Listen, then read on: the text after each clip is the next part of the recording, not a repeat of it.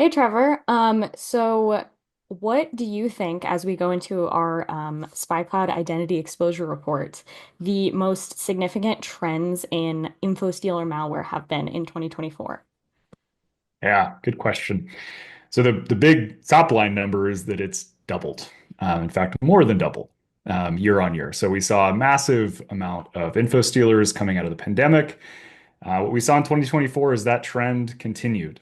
Unfortunately, SpyCloud collected about 548 million credentials from info stealers, which came from about 18 million individual infection events, which is a pretty large amount of data. What's even more scary about that is, based on our research, we found that about 1 in 2 corporate users have already been infected by an info stealer at least once. In some cases, we found cases involving multiple infections, sometimes years apart. So that's a real threat. But malware is not just about stealing passwords. We see a lot of targeting of data, device data on this. We see browser cookies being a massive, massive target, especially as we see things like multi-factor authentication, receiving widespread adoption. Multi-factor authentication is fantastic, can certainly make it harder for a criminal to get in the front door. But if you have a cookie that's valid and you take a couple steps to emulate your victim's device, those MFAs are pretty easy to beat. Some of the other things that we see targeted are autofills and files.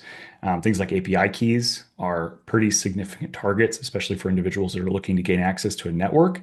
And then all of the device and system information. Again, it's all about looking as close to your victim as you possibly can to bypass that MFA and gain access. So, Aurora, one thing that I found really interesting in reading through the identity exposure report is just the variety in info stealers. What can you tell us about that? So SpyCloud actively collects log data from over 70 different info stealers. And there's a lot of variety kind of in breaking down the categories of what those info stealers are.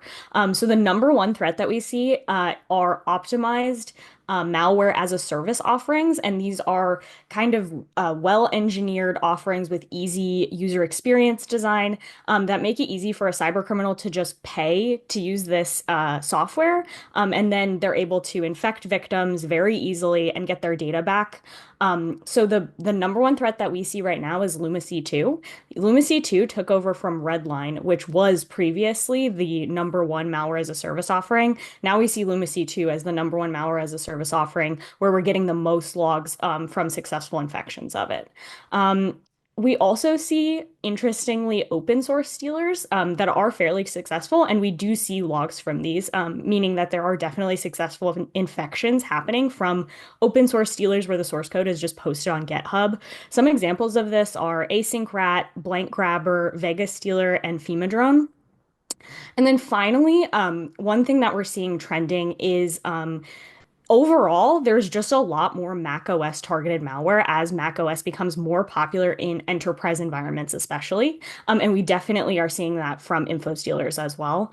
So you have, we are actively collecting from macOS stealers, including Atomic and also Banshee, are some of the big macOS stealers that we currently see a lot of successful infections from and a lot of logs propagating on the darknet.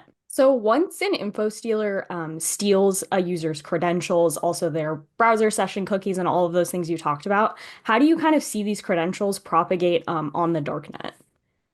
So, what we saw a lot in 2024 is the proliferation of these higher quality, typically they're referred to as ULP, so URL login password combo lists. Combo lists are not a new thing. Obviously, they've been around for a very, very long time. Some of the listeners will remember the collections 1 through 5, probably about a decade ago now. These are a very different beast altogether. So these are derived directly from stealers.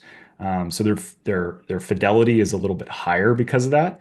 But they also have the inclusion of a URL that account was associated with. So instead of just spraying a massive list against Netflix and Amazon and all these, whatever's going to come up on the first page of Google search, criminals are being a lot more targeted in their credential stuffing attacks.